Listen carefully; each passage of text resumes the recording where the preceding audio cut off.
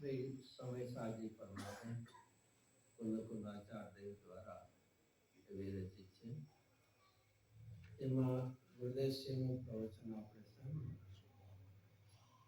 એમાં કંઈક આપણને લાગ્યું કલશ ટીકામાં મુખ્ય બે વાત ઉપર સમુચ્યતે એ અને શુદ્ધ ભવન બે શબ્દો ઉપર કેટલો વિસ્તાર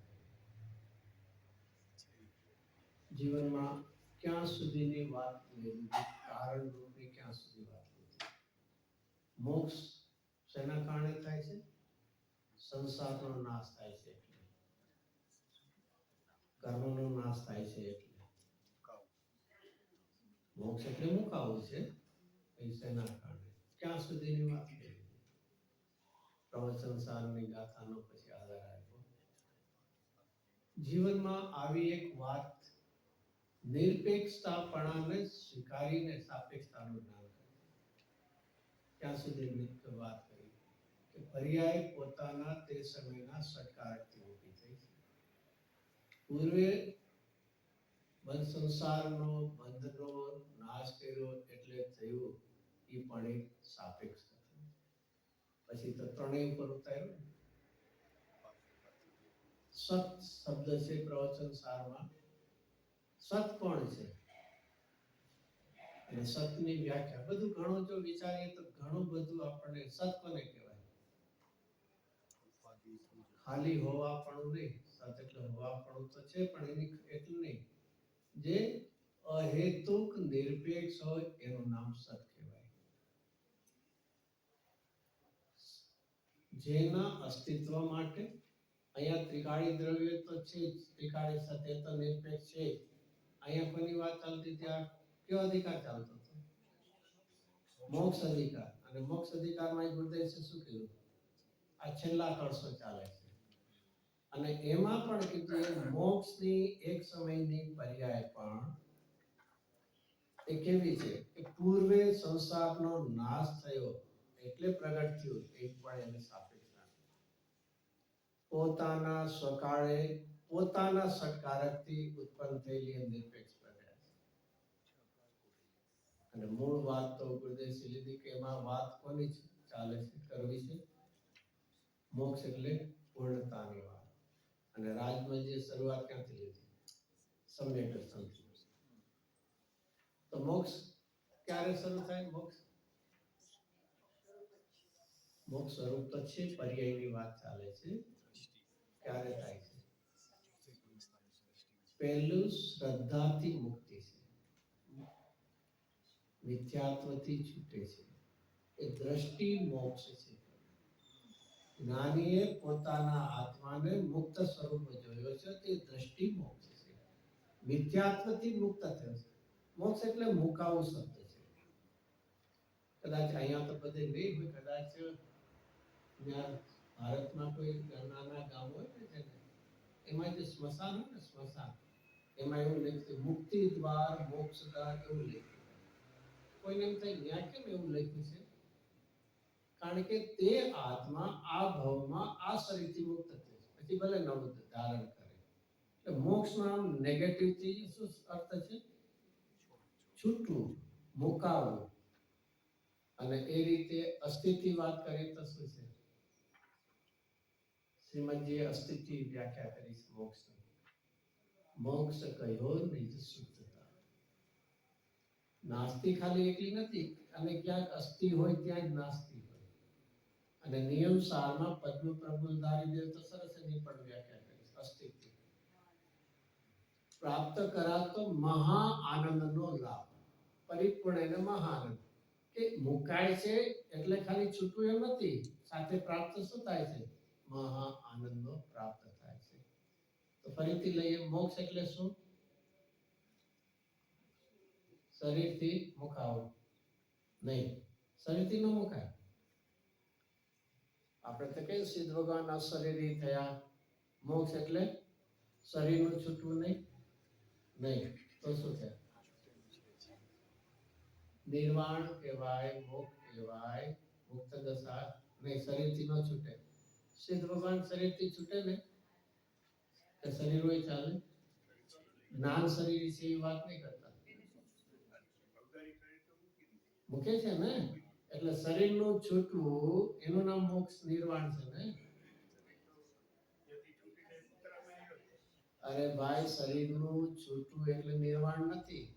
શરીરની છૂટ્યા પછી નવું પ્રાપ્ત ન કરે નામ નિર્વાણ છે. અને આ શરીર છૂટ્યા પછી નવું પ્રાપ્ત કરે નામ મરણ છે. મરણ ને નિર્વાણ બે જુદી વાત છે. એમાં ભલે શરીર છૂટે છે પણ થાય છે શું કે મોક્ષ એનું નામ કહેવાય કે વર્તમાન શરીર આયુષ પૂર્ણ થતા છૂટે. આયુષ પૂર્ણ કોનું થાય? બેનું છે. અરિયન પરમાત્માનું છે ને આપણું પણ છે. ફરક શું પડે? અરિયન ભગવાનને જે છે ને આયુષ કર્મ 4000 એ છૂટતા શું થાય છે? નવું શરીર ધારણ નથી કરતા, તો તેનું નામ શું કહેવાય છે? નિર્વાણ, મોક્ષ કહેવાય. અને આપણે પણ આયુષ પૂરું થયું બધા ઘણા લીધા, અને શરૂઆત તો એનાથી લીધી. બે અનાદિના છે. શું છે બે? અનાદિના ઓલી સિદ્ધ ભગવાન સમષ્ટિગત વાત, વ્યક્તિગત લઈએ તો સાદી અનંત છે કે જો તું તત્વ આરાધક છો તો તને આનંદદાયક એવી મોક્ષની દશા છે, સાદી અનંત. અને જો તત્વનો વિરાધક છો તો તું અનાદિનો દુઃખદાયક એવા નિગુણમાં છે. મુખ્યતઃ તો બે જ રહેવાના સ્થાન છે. બાકી વચ્ચેની 4 ગતિ તો ખુદ પાપનું ખેલ છે. વચ્ચેની જે છે આ બેમાં કેવી છે? બેહદતા છે. સંસારમાં મિથ્યાત્વને કારણે કેવું છે? પરિભ્રમણની. અને સમ્યક દર્શન થતા શેની છે? આનંદમય દશાની છે. અને એનો અર્થ શું થયો? આખું શ્રદ્ધાનો પાયો છે. શ્રદ્ધાની વિપરીતતા તને અનંત દુઃખમાં રખડાવે છે, અને શ્રદ્ધાનું સમ્યકપણું તને અનંત સુખમાં લઈ જશે. અને એ જ વાત આપણે જીવનમાં ક્યારે કરી નથી. આપણને ચારિત્રનો સુધારો કરવો છે પણ શ્રદ્ધાની વિપરીતતા ચાલુ રાખવી છે. ક્યારે કેમ થશે? કોઈને આમ કોઈ વ્યક્તિને આપણે કેવી રીતે મેજર કરતા હોય છે? એના ચારિત્રના પરિણામથી, શ્રદ્ધાથી નથી કરતા. વળી કોકને ઉદયથી જોવે છે. કોઈનો ઉદય એ વર્તમાન પર્યાયનું સૂચક નથી. કોઈનો ઉદય કોનું સૂચક છે? વર્તમાનનો ઉદય અને ભૂતકાળના પરિણામ. કોઈનો પણ ઉદય કોને સૂચવે છે? વર્તમાનનો સંયોગ છે, કર્મનો ઉદય છે, પણ પરિણામ ક્યાંના છે? ભૂતકાળના છે. એટલે ઉદય અસાતાનો એટલે ખરાબ છે એવું નથી. ઉપસર્ગમાં અસાતાના ઉદય વખતે પણ મુનિરાજ મોક્ષગામી છે. ઉપસર્ગ સમયે મુનિરાજ કેવા હોઈ શકે છે? એવા સમયે શ્રેણી માંડીને કેવળ પામી શકે છે. માટે ઉદયથી ન વિચારવું કોઈને. ઉદય તો વર્તમાન કર્મના ઉદયથી સંયોગ એવો મળે. આ એક જ પ્રવચનમાં ક્યાં હતું કે કેટલા ફેક્ટર બધા કવર કરી લે છે, પણ થોડું કંઈક ઉપયોગ લગાડીએ તો આપણને એમ થાય કે ઓ એક પ્રવચનમાં ઇઝ અ કમ્પ્લીટ વન. બધું જ એમાં જાણે ચારેયનું આવી જાય ને બધું જ તત્વ એમાં. એમાંથી બે મુખ્યતા લીધી, અને એના પછી સમ્યક દર્શનથી લઈને છે તો મોક્ષ અધિકારની છેલ્લા કળશો, અને એના પછી આખી શું લઈ જાય છે? પૂર્ણતા તરફ લઈ જાય છે. એમાં સમુચ્યતે જ્ઞાતિ શબ્દ લઈને એ સમ્યક દર્શન મિથ્યાત્વથી. તો પહેલું શું છે? ચોથે ગુણ સ્થાને દ્રષ્ટિ મોક્ષ છે. દ્રષ્ટિ એટલે શ્રદ્ધામાં અનાદિકાળથી શું રહેલું છે? અભિપ્રાયમાં હું રાગી છું, દ્વેષી શરીર, અને એનાથી આખો શું થયો છે? પલટો થયો કે હું પૂર્ણ પરમાત્મા છું. પછી એનાથી આગળ ગ્રસ્ત દશાથી મુક્ત છે મુનિરાજ. જે ગ્રસ્ત દશાના સંયોગ છે, ગ્રસ્ત દશાના વિકલ્પો છે, એનાથી મુક્ત થયેલા છે. મુનિરાજ હોય એમના કોઈ સગા સંબંધી યાદ આવે કે ના આવે?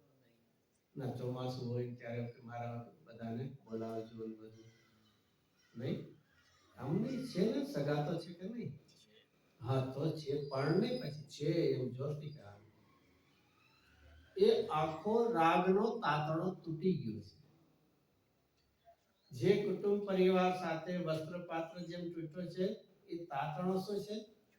જેમ ઓલો સર્પ હોય છે ને, એને કદાચ કાચળી કહેવાય, હવે જે સમજી લો, એની સ્કિન જે હોય છે એ કેવી છે? છોડે છે, પછી ભેગી ન થાય એના. એમ મુનિ રાજે શું કરનાર છે? ગ્રસ્ત દશાના બધા રાગના તાતણા શું છે? તોડી નાખ્યા છે. એ હવે સંધાતા તો એ કેવું છે? ચારિત્ર અપેક્ષા એ ગ્રસ્ત દશા. એ ધારા આગળ વધે તો 12મી ગુણસ્થાને શું થાય છે? મોહ મુક્ત છે. કારણ કે 12નું ગુણસ્થાનનું નામ શું છે? ક્ષીણમો, એટલે યથાખ્યાત ચારિત્રમાં મોહ ક્ષીણ એટલે ઓછો થયો એમ નહીં, અભાવ થયો, ક્ષય થયો. ક્ષય ઉપરથી ક્ષીણ શબ્દ છે. અને 13મે ગુણસ્થાને જઈએ તો શું છે? હવે એમને જન્મ મરણ નથી, જીવન મુક્ત છે, અથવા હવે મરણ નથી, નિર્વાણ છે, મરણ મુક્ત છે. અને સિદ્ધ દશા થાય તો દેહ મુક્ત છે. આખી એ ધારા, પણ એની ધારાની શરૂઆત ક્યાંથી થાય છે? સમ્યક દર્શનથી આખી મુક્ત થવાની ધારા શરૂ થાય છે. બરાબર, બધા ઘણા શબ્દો પ્રવાહ લીધો છે, પૂર્ણનો પ્રવાહ, કેટલા એક એક શબ્દનો લઈને, અને એની સામે મિથ્યાત્વની કઈ ધારા છે? પ્રવાહ કયો છે? બંધનનો રખડવાનો. આખી વાત. અને એમાંથી શુદ્ધ ભવન, શુદ્ધ ભવન ઉપરથી આવ્યું હતું. અહીંયા શુદ્ધ ભવન એટલે ત્રિકાળી દ્રવ્ય શુદ્ધ થયું એની વાત નથી, પર્યાયમાં આવે શુદ્ધતા, મોક્ષની વાત. અને એના ઉપરથી ગુરુદેવ લીધું કે એ મોક્ષ થયું શેના કારણે થયું? કે શરીર છૂટ્યું એટલે મોક્ષ થયો, કર્મ નાશ થયા એટલે મોક્ષ થયો, જે અસ્તિત્વનો રાગ હતો એ નાશ થયો એટલે થયો. એ પોતાની દશાઈ કેવી છે? નિરપેક્ષ. તે દ્રવ્ય તો નિરપેક્ષ છે, પણ એ પર્યાય પણ, અને એના ઉપરથી લીધું. આનાથી એક પણ વાત આપણે લઈ શકીએ, જેમ કારણ છે ને, કારણના નિરૂપણ બે પ્રકારે, ઉપાદાન કારણ અને નિમિત્ત કારણ. પછી ઉપાદાન છે એના કેટલા ડિવિઝન? બે, ત્રિકાળી ઉપાદાન અને ક્ષણિક ઉપાદાન. ક્ષણિક ઉપાદાનના પણ બે પ્રકાર છે. કયા પ્રકાર છે?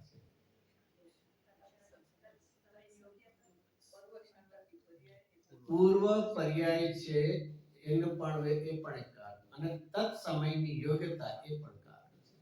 તો અહીંયા ગુરુદેવ ક્યાં સુધી લઈ ગયા કે પૂર્વ પર્યાય, કોઈ કે પૂર્વ પર્યાયનો વ્યય થયો, પૂર્વ પર્યાય જેમ મિથ્યાત્વનો વ્યય થયો એટલે સમ્યક દર્શન થયું. એ તો વાત સાચી કે નહીં? એ તો હકીકત છે ને. અરે ભાઈ, એકાંતે જો મિથ્યાત્વના અભાવને લઈશ તો હર સમય મિથ્યાત્વ નાશ થાય છે આપણને, નવું મિથ્યાત્વ ઊભું કરે. એટલે એનું છે એકાંતે. નો ડાઉટ કે જ્યારે સમ્યક દર્શનથી પૂર્વ પર્યાયમાં મિથ્યાત્વનો વ્યય થાય છે, પણ એનાથી એન્ટાયરલી એ જ કારણ છે એવું નથી. તે સમયની પર્યાયની પોતાના ષટકારકથી પરણમન, અને એનું નામ શું છે? તે સમયે તે રૂપે પરણવાની એની યોગ્યતા અને એના પોતાના ષટકાર. અત્યાર સુધી જૈન દર્શન લઈ જઈને શું સિદ્ધ કરે છે? દ્રવ્ય સતતતાની વાત તો છે જ, હર એક સમયની પર્યાયની પ્રગટ થવાની પણ સ્વતંત્રતા છે. અને એનાથી હજી એક ગુરુદેવજી કંઈક આગળ લીધું હતું કે કેટલું યાદ રાખવું બધું આખું. કેવળ જ્ઞાન થયું એટલે આનંદ પૂર્ણ થયો, એ પણ સાપેક્ષતા શું છે? એક એક ગુણની પોતપોતાની શું છે? સામર્થ્યતા છે, સ્વતંત્રતા છે, સ્વાધીનતા છે. આ પર્યાય થઈ એટલે થવું પડ્યું. મહિમા માટે એમ જ કહેવાય સર્વગુણાસ્તે સંકે, કથનની કોઈ જ ના નથી. એ પણ એક સરસ બીજું છે, નિમિત્તાધીન કથન હોય કે કાર્ય હોય. નિમિત્તાધીન કથન હોય કે કાર્ય હોય, એકાએકી નિમિત્તાધીન કથન હોય છે. કર્ણાની યોગમાં તો એમ જ આવશે, દર્શન મોહનો ઉદય છે એટલે મિથ્યાત્વ કથન. કારણ કે નિમિત્ત તે સમયે એવું જ નિમિત્ત હોય, એવું જ્ઞાન કરાવવા માટે નિમિત્તાધીન શું હોય છે? ફરીથી કથન છે, જેને આપણે નહીંથી વિચાર કરીએ તો શું છે? અસદભૂત વ્યવહારથી કથન હોય છે. પણ નિમિત્તાધીન કથન છે એટલે નિમિત્તાધીન કાર્ય નહીં માને. આ મોટો આખો આંતરો આપણે સમજ્યા. આનું નામ જ ઉપાદાન નિમિત્તની ભેળ છે. એવી જ રીતે ચરણાનુયોગથી લઈએ કે ભાઈ મુનિવ્રત ધારણ કર્યા એટલે મોક્ષ થયો અથવા મુનિ થયા, એ પણ એક શું છે?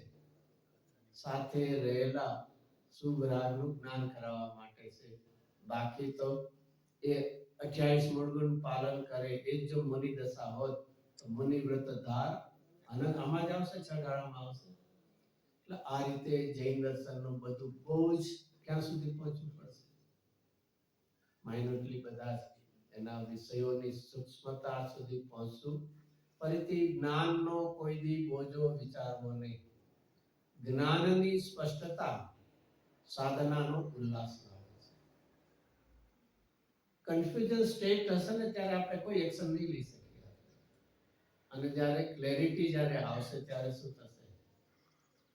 આપણને કાર્ય કરવાનો ઉત્સાહ છે. તો ગુરુદેવ આપણને ઠેઠ ક્યાં સુધી ગુરુદેવ એ તને સતની વ્યાખ્યા ગુરુદેવ શીખતા. કેવું સતની વ્યાખ્યા કરી? અહેતુક, આમ સત લીધું તો નિરપેક્ષ, એની સાથે અહેતુક નિરપેક્ષ, એનું નામ શું કહેવાય છે? એ સત કહેવાય છે. એવા શબ્દો ક્યાંક સમયસારમાં હશે. ફરીથી આપણે સમયસારી શું છે? એન્સાઇક્લોપીડિયા છે. બધું હશે તો ગોતવું તો પડશે. અને ગુરુદેવના ભક્તો હોય તો આમ સમયસાર તો શું થઈ જવું જોઈએ? મોડે થઈ જવું જોઈએ. રગે રગમાં ચાલો જોવું હોય તો 270 ગાથા કાઢીએ. બંધ અધિકાર 270 ગાથા. આમાં પેજ મારામાં છે 401. ગુરુદેવજી આટલી ઉંમર સુધી આ બધું યાદ રાખી શકે તો આપણી તો ગુરુદેવ કરતા એ જ વધારે હશે ને? નહીં તો કોઈ કે ગુરુદેવજીને બીજું શું કામ હોય? નિવૃત્તિ તો તમને કોણ ના પાડે નિવૃત્તિ લેવાની? નહીં ના પાડે છે કોઈ? નહીં. આજીવન જેટલું હોય તો વધારે તૃષ્ણા શું શ્રીમદજી બહુ એના માટે ખાસ નિવૃત્તિ માટે છે. ચલો તો અહીંયા આપણે મળે છે 270. એમાં ટીકાનો બહુ મોટો પેરેગ્રાફ, પછી એનો બીજો પેરેગ્રાફ. માત્ર જેમને આ એવો શબ્દ મળે છે. ફર્સ્ટ લાઈન 451 માં છે. માત્ર જેમને આ અધ્યવસાનો વિદ્યમાન નથી તે જ કોઈ વિરલ મુનિ કુંજરો. હવે જો આપણે જે લેવો તો શબ્દો સતરૂપ અહેતુક જ્ઞપ્તિ જેની એક ક્રિયા છે. મેળો શબ્દ તો જો શબ્દ શું આવી ગયું? સત કેવું હોય હંમેશા? અહેતુક. અહેતુક એટલે નિરપેક્ષ. અહેતુક એટલે એનું કોઈ કારણ નથી, રીઝનિંગ નથી કોઈ. આવું કેમ થયું એવું કોઈ જેને બીજાની સાપેક્ષતા નથી. તો સત કેવું હોય છે? અહેતુક. અહેતુક ઇઝ ઇક્વલ ટુ નિરપેક્ષ. તો એ સત અહેતુક જ્ઞપ્તિ જેની એક ક્રિયા છે. કોણ આવ્યું આમાં? કોણ આવ્યું? દ્રવ્ય આવ્યું, ગુણ આવ્યું, પર્યાય આવી. શું આવ્યું? પર્યાય આવી. અરે વાહ, બધાને ખબર પડી જાય. કેમ ખબર પડી? કોની વાત લીધી છે? ક્રિયાની વાત કરી છે. ક્રિયા એટલે કોણ હોય? જેનો બદલાવ હોય, ફેરફાર હોય. તો અહીંયા પહેલું કોણ લીધું? પર્યાય. કઈ છે? જ્ઞપ્તિ. અને જ્ઞપ્તિ ખબર છે આપણે કઈ બોલી છે? બધું કેટલું બધું જ્ઞપ્તિ માહી દરવ ગુણ પર્યાય પરિસ્થિતિમાં સમજતા નહીં ગુરુદેવ એ બધી નકામ. ફરીથી આવું છે ને ગોખણ પટેલ ને વચ્ચેમાંથી પણ ક્યારેક યાદ આવી જાય. એ ગુરુદેવની સ્તુતિમાં છે. એની સરસ છે. દ્રષ્ટિમાં કોણ હોય છે? સદા દ્રષ્ટિ તારી વિમલ નિજ ચૈતન્ય. શ્રદ્ધામાં તો ખાલી ત્રિકાળી શુદ્ધ આત્મા જ. અને જ્ઞપ્તિ એટલે જ્ઞાનની ક્રિયા, જ્ઞાનનું પરિણામ. અને એમાં કોણ હોય છે? દ્રવ્ય ગુણ પર્યાય. ચાલો તો અહીંયા લીધું સત અહેતુક જ્ઞપ્તિ જ જ્ઞાનનું પરિણામ એ ક્રિયા એક છે. હવે બીજું લઈએ. સતરૂપ અહેતુક નાયક જેનો એક ભાવ છે. અહીંયા કોણ આવ્યું? કોણ આવ્યું? સતરૂપ અહેતુક નાયક જેનો એક ભાવ. દ્રવ્ય આવ્યું, ત્રિકાળી નાયક દ્રવ્ય આવ્યું. અને હવે સતરૂપ અહેતુક જ્ઞાન જેનું એક રૂપ છે. અહીંયા કોણ આવ્યું? ગુણ. આવી ગયા ત્રણેય. દ્રવ્ય, ગુણ અને પર્યાય. ત્રણેય કેવા લઈ દીધા આચાર્ય દેવે? સત છે અને સત છે એટલે શું છે? અહેતુ, અને અહેતુક એટલે નિરપેક્ષ. અરે આવી બધી ક્યાંક વિચાર આવે છે. આટલું તત્વનું ડેફનેસ વિતરાગ સિવાય ક્યાં છે? લોકો જૈનની વાત, જૈન એટલે શું? તમારા જૈનમાં શું છે? અહિંસા હોય. આ તમારા પ્રિન્સિપલ છે, અહિંસા અને સત્ય છે. અનેકાંત વળી કેટલું? અનેકાંત એટલે શું? કોઈ ઊંડાણમાં ગયા ખરેખર તો ઘણી વાર છે કોઈ બીજા હોય જૈન ઉપર લેક્ચર આપે, સાંભળવા જઈએ. અરે પણ અહીંયા આચાર્યનો એક શબ્દનો પણ અર્થ એને આવડે છે કે સત હેતુ કોને કહેવાય, નક્તિ કોને કહેવાય, નાયક કોને કહેવાય, નામરૂપ ભાવ કોને કહેવાય. ક્યારેક ક્યારેક આપણને પરમ આજ જેમ તપની પૂજામાં શું આવ્યું હતું? આપણે ક્યાં સુધી પહોંચ્યા છે? નિગોદ એટલે કે સ્થાવર વનસ્પતિમાંથી પ્રત્યેકમાં આવ્યા. પ્રત્યેકમાંથી હજી આગળ શું હતું ભૂલાઈ ગયું. એટલે વિકલ્પ ત્રયમાં આવ્યા. વિકલ્પ ત્રયમાંથી શેમાં આવ્યા? એમ પચેન્દ્રી સંઘની તિર્યંશમાં આવ્યા. તિર્યંશમાંથી ક્યાં આવ્યા? મનુષ્ય પર્યાયમાં શેમાં આવ્યા?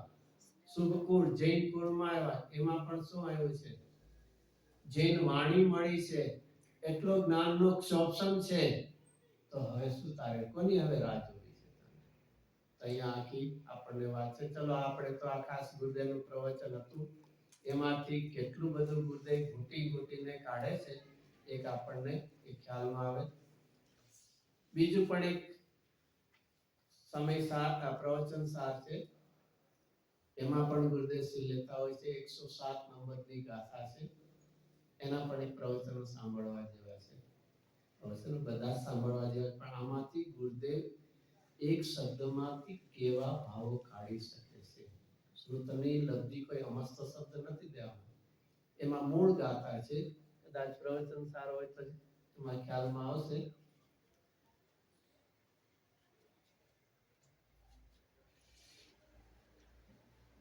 આ તો એમાંથી શબ્દ વાંચે જરા વધારે ક્લિયર થાય છે. એમાં સત દ્રવ્ય, સતગુણ, સત પર્યાય, સતનો વિસ્તાર એવા શબ્દો છે. કદાચ અહીંયા સ્ક્રીન ઉપર આવી શકે તો ઠીક છે, નહીતર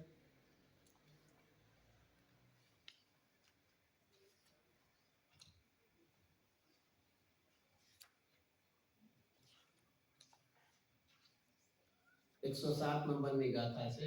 207 નંબરનું પાનું છે. સ્ક્રીન ઉપર ના આવે તો કદાચ ઘરે જઈને જોઈ લો. એમાં સરસ શબ્દ મૂળ ગાથા એટલે પદ્યાનુવાદ જે છે હરિગીત. સત દ્રવ્ય, સત પર્યાય, સતગુણ, સત્વનો વિસ્તાર છે. મળી ગયું? હોવાપણા. જો મૂળ ખાલી ગાથામાં કુંતકુંત આચાર્ય કોની વાત લીધી છે? અસ્તિત્વ ગુણ ઉપરથી લીધું. સત એટલે અસ્તિ, હોવાપણું. તો એ સતપણું, હોવાપણું, એક્ઝિસ્ટન્સ જેને કહેવાય, એ ક્યાં ક્યાં એપ્લાય થઈ શકે? એનો સ્પ્રેડ કરીએ તો ક્યાં ક્યાં પહોંચી શકે છે? કે દ્રવ્યમાં, દ્રવ્ય સાથે ગુણમાં અને પર્યાય. આમ કહીને સુસિદ્ધ કર્યું. અને એનું ટાઇટલ છે જો એનું ગાથાનું, અતદ ભાવને ઉદાહરણ વડે સ્પષ્ટ કરે છે. અતદ ભાવ એટલે એટલે ઓલાની મૂળ હરિગીત છે એની ઉપરનું છે. અતદ ભાવ એટલે અ એટલે નહીં, તદ એટલે તે, અને ભાવ એટલે રૂપે, હોવા પણ. તે રૂપે પણ નથી. કોણ તે રૂપે પણ નથી? મારા દ્રવ્યગુણ પર્યાયના અસ્તિત્વથી બીજા રૂપે હું નથી. શું છે અહીંયા? અતદ ભાવ રૂપની વાત આવે છે ને. અતદ ભાવ રૂપ પૃથક લક્ષણ, બધું લાંબુ કરીએ તો ઘણું થાય. એક પૃથકત્વ જુદું છે અને અતદ ભાવ રૂપ અન્યત્વ જુદું છે. પૃથક લક્ષણ એટલે કે બેના લક્ષણ જુદા છે, બેના ક્ષેત્ર જુદા છે. જીવ અને પૂતગલ લઈએ તો એનું પૃથકપણું શેનું છે? કે તો ક્ષેત્રથી ભિન્નતા છે, બેના લક્ષણ જુદા. આ તો એક જ પદાર્થમાં જો જોઈએ તો દ્રવ્ય તે ગુણ નથી, ગુણ તે પર્યાય નથી, એવો અતદ ભાવ છે. તો ફરીથી ભલે ત્રણેયમાં શું વ્યાપે છે? સત દ્રવ્ય. સત એટલે હોવા પણ છે. પછી એમાં ગુણ કેવા છે? ગુણ સતપણ, અને એની એક એક સમયની પર્યાય સત. અને તેથી સતપણું ક્યાં વ્યાપું, ક્યાં ફેલાયેલું? સ્પ્રેડ આઉટ જેને કહે. મારા દ્રવ્ય ગુણ અને પર્યાય. એનો અર્થ શું થયો? એનો અર્થ કયો અધિકાર છે? જ્ઞેય તત્વ. મારું હોવાપણું મારા દ્રવ્ય ગુણ પર્યાયથી બહાર ક્યાંય જતું જ નથી.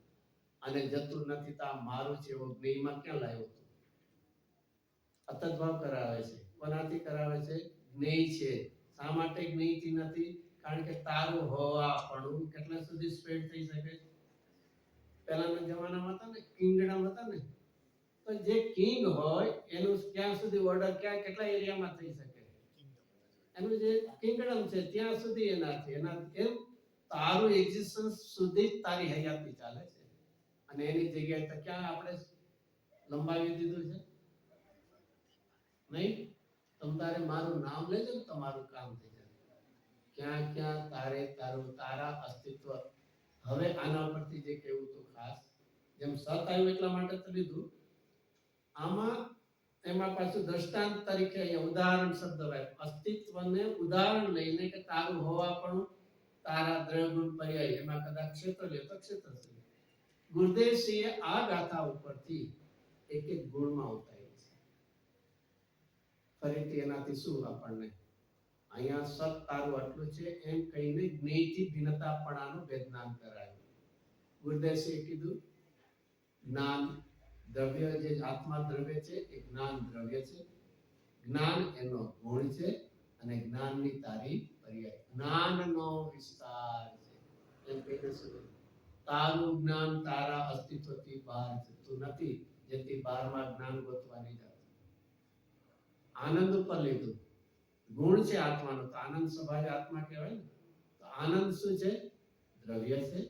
આનંદ નામનો ગુણ છે અને એનો સ્વીકાર કરીએ તો આનંદ નામની પર્યાય. શું થયું? એનો અર્થ શું થયો?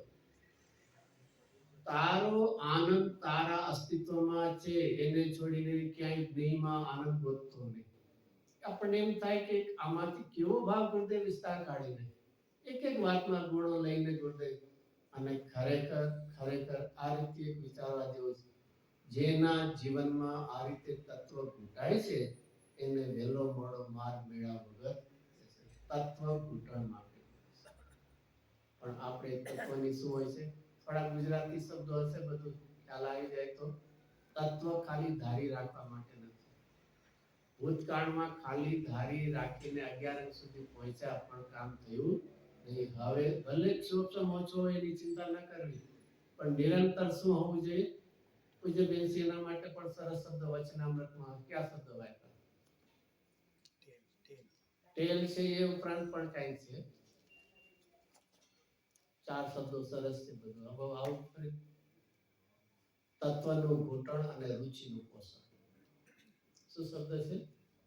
તત્વનું ઘૂંટણ અને રુચિનું.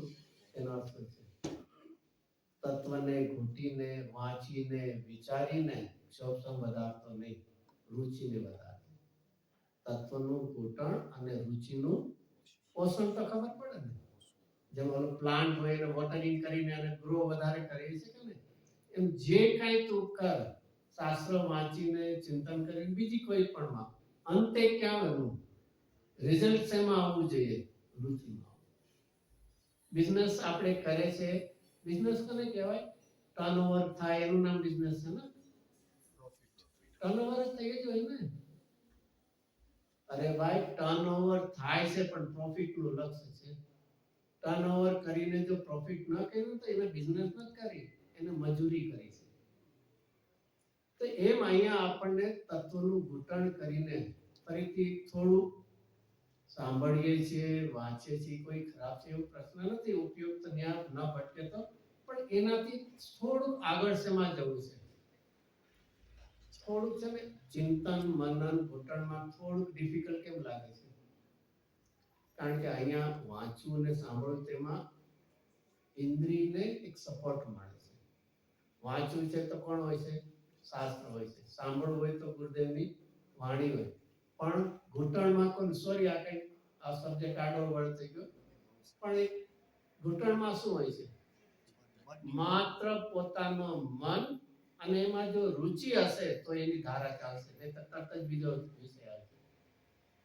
આ તો ઇન્દ્રિયથી આવ્યો. ચક્ષુ ઇન્દ્રિય ને ધાણેન્દ્રિયથી આવ્યું, પણ કર્ણેન્દ્રિય આવ્યું.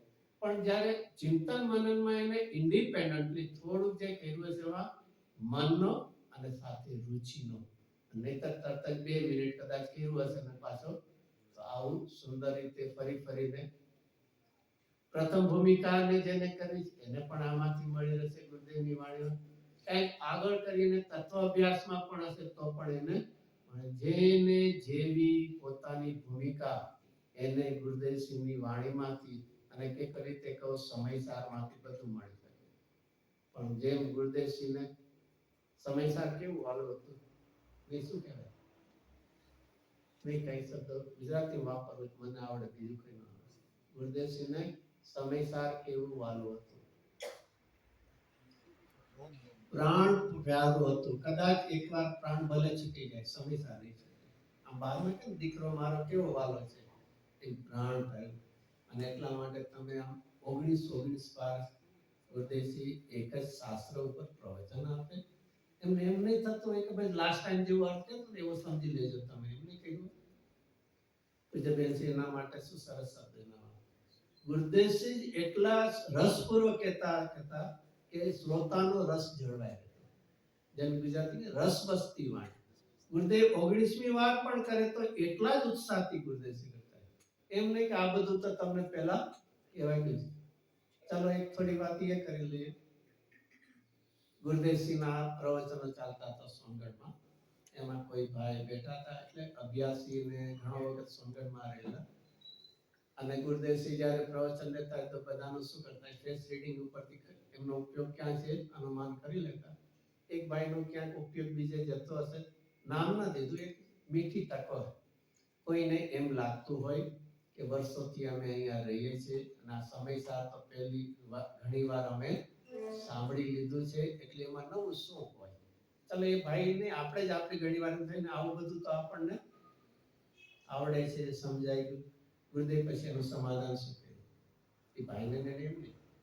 જો એવું કોઈને લાગતું હોય તો એનો અર્થ કે એની સાધનામાં આગળ વધ્યો નથી.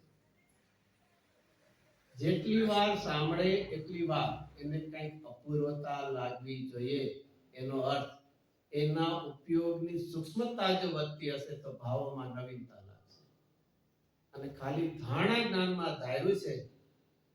અને માટે ગુરુદેવસિંહ કહેતા જે ટીચર હોય ને, ટીચર નહીં બધા, એને ગુજરાતીમાં શું કહે ખબર? શિક્ષક એમ નહીં, બીજી રીતે જે શું કહેવાય નહીં, માસ્તર છે. હજી પણ ગુરુદેવસિંહના શબ્દોમાં આવ્યા હોય પંતુજી, શું કહેવાતા પંતુજી. આને બધા આવા શબ્દો નહીં ખબર, એને નહીં ખબર એટલે શું પંતુજી એટલે એને ખાલી યાદ રાખ્યું હોય. માની લો જેને હિસ્ટ્રીના ટીચર કોઈ હોય, લાસ્ટ યર જેને મોગલનું જેવું શીખડાવ્યું એવું જસ્ટ બોલી જવાનું, એને કોઈ લોજિક એપ્લાય કરવાનું ન હોય. જ્યારે આ તત્વમાં ફરીથી આ બહુ જ આપણા માટે, બધા માટે ભાઈની નિર્જા થયું. જ્યારે પણ પ્રવચન સાંભળે ત્યારે શું લાગવું જોઈએ, એક કંઈક અપૂર્વતા ગુરુદેવસિંહ કહે, નહીતર સમજી લેવું આપણે ત્યાં ને ત્યાં જ ઊભા છીએ. જો ઉપયોગની સૂક્ષ્મતા હશે તો કંઈક નવો ભાવ ખ્યાલમાં આવ્યા વગર રહેશે નહીં. તો ગુરુદેવસિંહના પ્રવચનોમાં એ અપૂર્વતા આવતી. ચાલો આપણે થોડોક આપણો વિષય લઈ લઈએ. બસ કહેવાનું એક હતું તો ખાસ એ છે કે ગુરુદેવસિંહના પ્રવચનો ક્યારેય ચૂકવા જેવા નથી. એમનો વિચાર કે મંદિરમાં ચાલે, અમે ઘરે સાંભળી લઈશું. જો એવું જ એકાંત કોઈનો ઓપિનિયન હોય તો એને કે ઘરે ધંધો કરી લેવો, કસ્ટમર આવશે ઘરે. સ્કૂલમાં કોઈ પણ મલ્ટી મિલિયનર વાળો હશે તો એને ઘરે ભણાવશે કે સ્કૂલમાં આવશે? કેમ કે ઘરમાં એને બધા ટીચર આવી શકે છે. હવે તો ઓનલાઈન આવે, કઈ સ્કૂલમાં છે. અરે ઘર ગમે એવું હશે, એટમોસ્ફિયર જે સ્કૂલનો છે એવું નહીં મળે. એવી રીતે ઘર ગમે એવું હશે, એક જીન મંદિર, અને એટલા માટે જીન મંદિરને શેમાં સ્થાન આપ્યું છે? નવદેવમાં આપ્યું છે. પંચ પરમેષ્ઠી સાથેનું મંદિર. ત્યાં કોઈને કોઈ પ્રકારે ઉપયોગ બહારમાં જશે.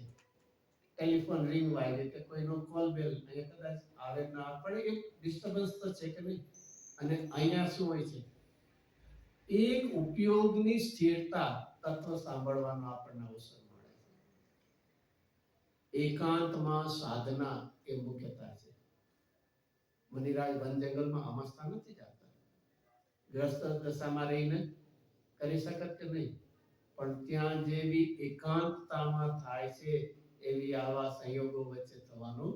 તો આપણે અહીંયા બીજા વિકલ્પો છૂટીને એકાંતમાં એટલે એક ઉપયોગપૂર્વક આપણને વાણી ગુરુદેવની સાંભળવા મળે છે. એટલે એક ક્યારે પણ વિશ્વાસ રાખો, ગુરુદેવજીનું પ્રવચન સાંભળવા જઈશ એટલે મને અસાતાનો હૃદય હશે અને ધંધો ઓછો થશે એવું ક્યારેય કલ્પના ન કરો. એનું લીક ન કરો. ઘણા એમ થાય કે અહીંયા આવે ત્યાં કસ્ટમર તો અમારે શું છે વહેલા આવી જાય, અમે દુકાન નહીં ખોલીએ, બાજુવાળાથી માલ લઈ જશે. ન વિચાર. ઉદય તો ગમે ત્યાં ગમે દુકાન ખોલશો એટલે સાતાનો જ ઉદય એવું ક્યારેય ન વિચાર. અને ન થોડું મોડું ખોલી એટલે કઈ નુકસાન જશે એવું. અરે મારા જીવનમાં મારા આત્મા સિવાય હવે મને કોઈ મારું એમ ગોલ કે ટાર્ગેટ નથી. એવી નિશ્ચિતતાથી ચલો આ કોઈના માટે નથી, આપણા બધા માટે આ એપ્લાય એ થાય એવું છે. ચલો આપણે પહેલા શ્લોક ઉપર આવી જઈએ. એમાં આપણે કેટલા શબ્દો સુધી પહોંચ્યા હતા? 3 શબ્દ. 3 શબ્દ વિશેષણ એડજેક્ટિવ છે. કોના છે? સમયસારના. જેને નમસ્કાર કર્યા એવા સમયસારનું ડિસ્ક્રિપ્શન આપણને આપે. કેટલા? 4 વર્ડની અંદર. એમાં પહેલો વર્ડ કયો હતો? ભાવાય. ભાવાયમાં કોણ લીધું? દ્રવ્ય. શું વ્યાખ્યા લીધી? શુદ્ધ સત્તા સ્વરૂપ વસ્તુ. તો પહેલો પ્રશ્ન થયો તો દ્રવ્ય હોય તો કોઈને કોઈ ગુણ તો હોવો જોઈએ. અહીંયા કયો ગુણ લીધો? ચેત સ્વભાવાય. ચેતના એ મારો ગુણ છે. હવે એક હોય તો એનું કઈક પરિણામ તો હોય કે નહીં? તો એનું પરિણામ શું છે? અથવા એની પ્રાપ્તિ શેનાથી થશે? કે સ્વાનુભૂત્યા ચકાસે. પોતાની જ અનુભવનું ક્રિયાથી એ તને પ્રાપ્ત થશે. તો આવું અમે કરશું તો ફળ શું મળશે? તો કે સર્વ ભાવાંતર છે. પહેલી સાધક દશા હતી અને હવે શું એની સાધ્ય મોક્ષ દશા. ચલો એ આપણે વાંચીએ. નીચે પેજ નંબર 2 માં લાસ્ટ લાઈન છે ને, વળી તે કેવો છે? સર્વ ભાવાંતર છે. પોતાથી અન્ય સર્વ. હવે કોણ કોણ? જીવ, અજીવ, પછી ચર, અચર, પદાર્થ. અહીંયા સુધી કોણ આવ્યું? દ્રવ્ય આવ્યું. દ્રવ્ય ક્ષેત્ર કાળ ભાવ 4 લેશે. ફરીથી વાંચે, વાંધો નથી ને, એક એક શબ્દ સ્પ્લિટ કરીને. સર્વ, જો મૂળ સંસ્કૃતમાં વાંચે પહેલું તો સર્વ, ભાવ, અંતર અને છિદે. 4 શબ્દ ત્યાં. સર્વ એટલે બધા, ભાવ એટલે ભાવમાં બધા જ લઈ લેવા, દ્રવ્ય, ક્ષેત્ર, કાળ અને ભાવ. પછી જયચંદજી એટલે એના ખુલાસા કરશે. અને અંતર એટલે જુદા, બીજા, પર. અંતરને તમે ઇંગ્લિશમાં ડિસ્ટન્સ કહો ને, તો ડિસ્ટન્સ એટલે શું કહેવાય? બે વચ્ચે ગેપ છે ને, ભલે ના એરિયાનો છે કિલોમીટર એનો, પણ બે જુદા હોય તો જ ડિસ્ટન્સ કહી શકાય ને. તો કોઈ ડિસ્ટન્સ છે પણ એમાં એક જ છે, બીજો એન્ડ નથી. તો અહીંયા બીજા સાથે શું છે? સર્વ. સર્વ પછી શબ્દ શું છે? ભાવ. સાથે મારે શું છે?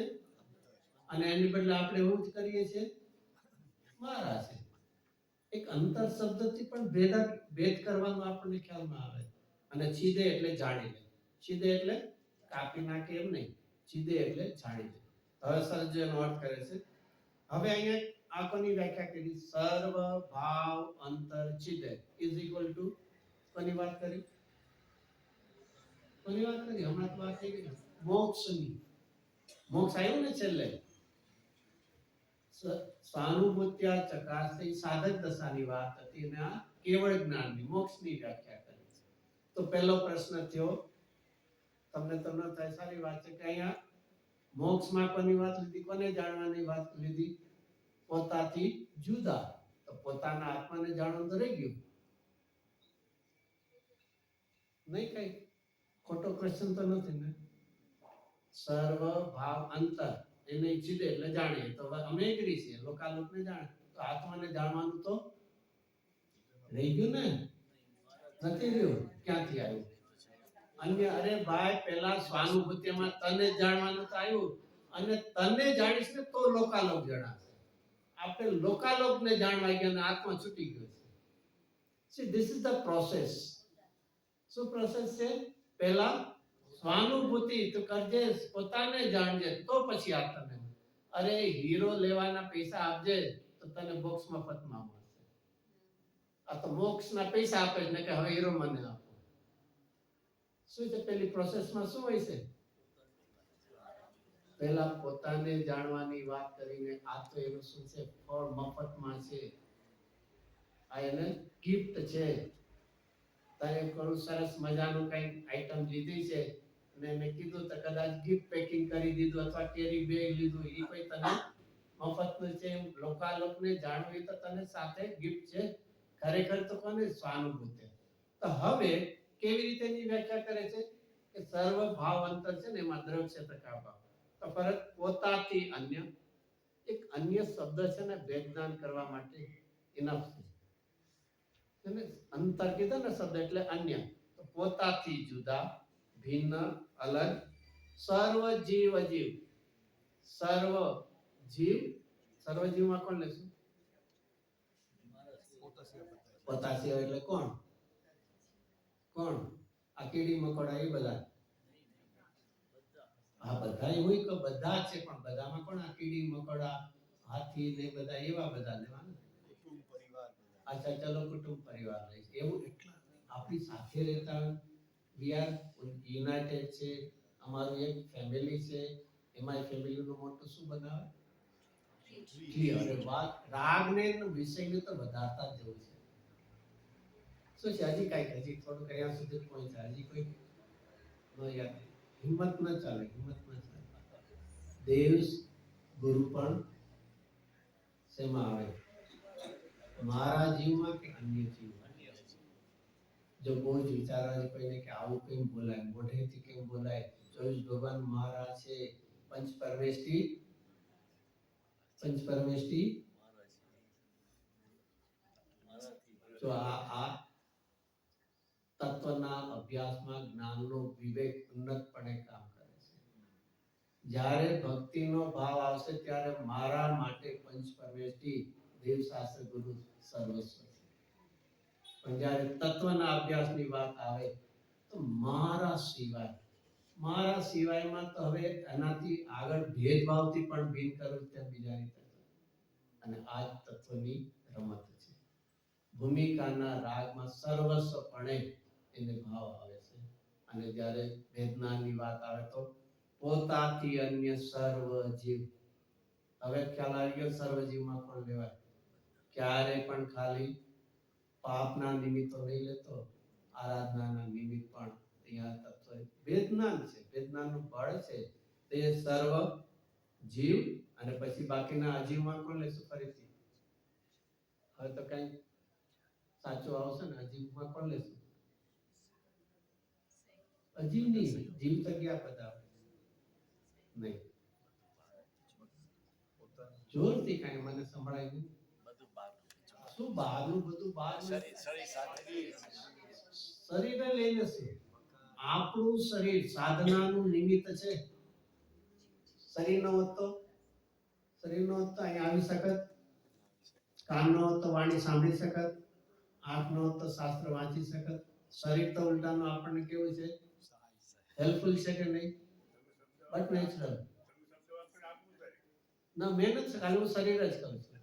આપણું ચલો એટલે ખાલી શરીર છે. ચલો શરીર છે તો હું ખાલી એમ કહું શરીર છે તો અહીંયા આવી શકીએ છીએ કે નહીં? તો શાસ્ત્ર વાંચી શકીએ છીએ. ક્યારે પણ અજીવને જો તે અજીવ કહેતો હોત તો જીવ સાથે એકત્વ કેમ થાય? અને જો એકત્વ હોય તો અશબ્દ કેમ લાગ્યો? આ બધું વ્યાકરણમાં હંમેશા એક નેગેટિવ માટે, ભિન્નતા માટે. તો એક બાજુ અજીવ કેવું અને એને મારું કેવું, તો બે અજીવ ક્યાંથી થયું? તો આ રીતે ભેદનાનું એકવાર બળ લાવજે અંદરમાં. એક ભાવના રૂપે, વિકલ્પ રૂપે તો લાવજે. એક અહીંયા જયચંદજી આવા શબ્દો વાપરીને આપણને કેટલી ભિન્નતાનો ભાવ દેખાડે છે કે ફરીથી પોતાથી થોડુંક આ પૂરું કરીએ, ટાઈમ તો થઈ ગયો.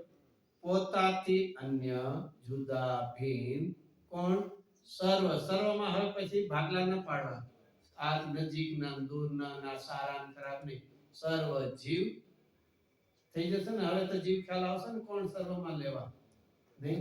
આપણા સાવ સગો ભાવ હોય, ચલો સગો નહીં, અમારે તો કેવા હોય, અમે ટ્વીન ટ્વીન નહીં, ટ્વીન હોય એ તો મારો કહેવાય કે ના કહેવાય, મારો વડીલ તો કહેવાય કે નહીં. નહીં ઓલામાં તો આવે ને, બીજું બધું ભૂલો પણ કોને નહીં ભૂલતા.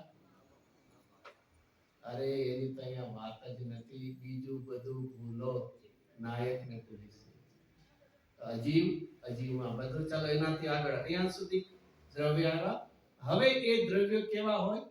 ચર અને અચર. ચર એટલે મૂવિંગ મૂવિંગ વાળા, અને અચર એટલે સ્ટેડી હોય. ગમે તે હોય એમાંથી કોઈ જીવ, જેમ સીધો ભગવાન સ્ટેડી થઈ ગયા, કે બીજા ઓલા જે એકંદરી જીવ આદિ અત્યારે ઘણા સ્થિર દેખાય, કે કોઈ પણ ચર અચર. એવી જ રીતે અજીવ બધા, એમાં પૂતગલ ચર હોય, ચાર અજીવ કેવા અચર છે કોઈ પણ, અને પદાર્થ એટલે ત્યાં સુધી દ્રવ્ય આવ્યા. હવે ક્ષેત્ર, સર્વ ક્ષેત્ર. સર્વ ક્ષેત્ર એટલે ત્રણેય લોક, પછી હજી લેવું છે અલોકે લેવું છે. ભગવાન છે એટલે લોક અલોક બે આવશે, કારણ કે એમના જ્ઞાન સર્વક છે ને, એટલે અહીંયા સર્વલોક. ભલે આપણે ગતિ ખાલી માત્ર લોકમાં, પણ લોક અલોક બે ક્ષેત્ર આવ્યું. પછી સર્વ બધાને લાગુ પડશે. સર્વ ક્ષેત્ર, સર્વ કાળ. તો સર્વ કાળ એટલે, સર્વ કાળ એટલે શું? Very good. ભૂત, વર્તમાન અને ભૂતકાળમાં મારા હતા પણ હવે મારા નથી. ના ના, ભૂતકાળમાં તો મારા, હવે છૂટી ગયા છે એટલે મારા નથી. અને ચલો અત્યારના હવે છૂટી જવાના, અમે આ ઘરથી અમે સેલ ઉપર મૂકી દીધું છે, પણ ભવિષ્યમાં જ્યાં જવાનું એ મારું છે. કેમ? સેલ ઉપર પાટી મૂકી દીધું પછી એની આજે આ ભેદ જ્ઞાનનું બળ છે. ભૂતકાળના સંયોગને યાદ કરવો નહીં, વર્તમાનમાં રાખવાની બ્લોક કરવો નહીં, અને ભવિષ્યમાં મળે એવી તૃષ્ણા ન કરવી. આનું નામ પ્રતિક્રમણ, આલોચના અને પ્રત્યાખ્યાન. ખાલી કાળ સંબંધ એટલે વર્તમાન નથી, આ જ્ઞાનનું બળ છે. ભૂતકાળના મળેલા યોગ પણ મારા, ભોગે ન ભોગ પહેલે ઉનકા ન હોવે સુમિરણ, અને ભવિષ્યની વાંચન. આ સર્વકાળ સંબંધી. અને હવે તો આવી ગયા ત્રણ બોલ આવી ગયા. ક્યાં ત્રણ બોલ આવ્યા? પદાર્થમાં દ્રવ્ય આવ્યા, પછી ક્ષેત્ર આવ્યા, અને હવે કાળ. હવે ચોથો કયો બાકી રહ્યો? ભાવ એટલે ગુણ. જો આવ્યું સર્વ વિશેષણ થઈ એટલે ભાવ. ભાવ એટલે બધા ગુણો છે. અને આ રીતે આનું નામ શું આવી ગયું? આ બધાથી ભેદનાન કરવાની વાત આવી. ભગવાન એ બધાને જાણે છે, અને મારે બધાથી શું કરવું છે? ભેદનાન. આનું નામ શું આવ્યું? આ બધા નહીં, ભગવાન જાણે પણ એનાથી હું રહી છે એમ કરીને અત્યંત અભાવ આવી ગયો. દ્રવ્યથી, ક્ષેત્રથી, કાળથી અને ભાવથી. ભગવાન એ બધાને જાણે છે, પણ મારે આ બધાથી શું કરવું છે? અને આ રીતે પહેલા કળશમાં અમૃતચંદ્રાચાર્ય કેટલું ભરી દીધું, કદાચ આપણે ખ્યાલમાં કરી શકીએ છીએ. દ્રવ્યગુણ પર્યાય આવી ગયા, એના 7 તત્વોમાંથી 4 અસ્થિરૂપના તત્વો આવી ગયા. એક એકની વ્યાખ્યા જેવું કે ભગવાન કેટલાને જાણે છે, મારે બધાથી કેટલું ભેદનાન, સર્વ પર કહીને એનાથી એની સુંદર એનું વ્યાખ્યા પછી કરો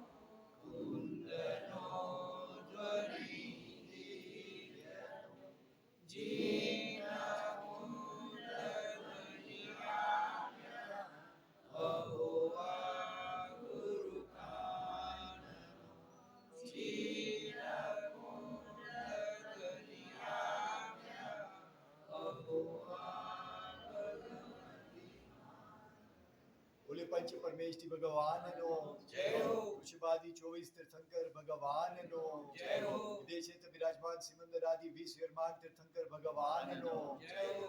દ્વાદશાગમય નિત્ય બોધક સમયસારાદિ જીનવાણી માતનો જય હો. મહામુનીશ્વર પરમાગમના રચનાર હલતા ચાલતા સિદ્ધ સમાન કુંદ કુંદાચાર્ય દેવનો જય હો. અધ્યાત્મ યુગ સ્રષ્ટા ભાવ જ્ઞાનના ધારક હમ ભક્તોના વાલા કહાન ગુરુ દેવનો જય હો. ધન્ય અવતાર પ્રસમૂર્તિ ભગવતી માતનો જય હો. શ્રી સનાતન પરમ પવિત્ર દિગંબર જૈન ધર્મનો